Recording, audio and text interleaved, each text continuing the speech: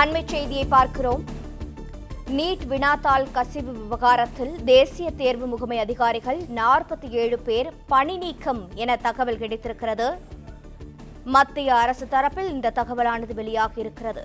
இது பற்றிய விவரங்களோடு இணைப்பில் இருக்கிறார் செய்தியாளர் நிரஞ்சன். நிரஞ்சன், வணக்கம். தற்போது மத்திய அரசு தரப்பில் இந்த 47 பேரின் பணி நீக்கம் தொடர்பாக என்னென்ன தகவல் வெளியிடப்பட்டிருக்கிறது, விவரிக்கலாம். நீட் வினாத்தாள் விவகாரத்தை பொறுத்தவரை விசாரணை என்பது விரிவடைந்து கொண்டே செல்கிறது என்பதை தான் பார்க்க முடிகின்றது.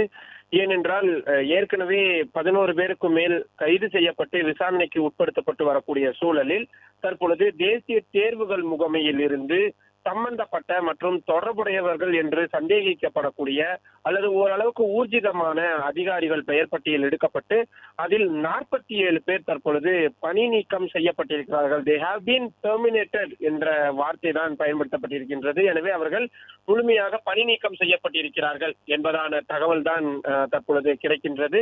அதே நேரத்தில் இந்த பணி நீக்கம் செய்யப்பட்டவர்கள் அத்துடன் மட்டும் விடாமல் அதில் உண்மையிலேயே இந்த வினாத்தாள் கசிவில் அவர்களுக்கு தொடர்பு இருக்கிறது என்பதை கண்காணிப்பதற்கும் உறுதி செய்வதற்கும் சில பேர் மீது கிரிமினல் நடவடிக்கை எடுக்கவும் முடிவு செய்யப்பட்டிருப்பதாகவும் தகவல்கள் சொல்லப்பட்டிருக்கின்றது. உரிய வழக்கு பதிவு செய்து சம்பந்தப்பட்டவர்கள் மீது துறை ரீதியிலான நடவடிக்கை மற்றும் காவல்துறை நடவடிக்கை என்று இரண்டையும் எடுப்பதற்கான ஏற்பாடுகள் என்பது செய்யப்பட்டிருப்பதாக மத்திய அரசு வட்டாரங்கள் தகவல் தெரிவிக்கின்றன. குறிப்பாக இந்த போராட்டக்காரர்கள் நாளுக்கு நாள் அவர்களது கோரிக்கைகள் அதிகரித்து வரக்கூடிய சூழலில் உடனடியாக இந்த போராட்டத்தின் வீரியத்தை சற்று குறைப்பதற்கான முயற்சியாகத்தான் மத்திய அரசு இந்த முயற்சியை மேற்கொண்டிருக்கின்றார்கள்.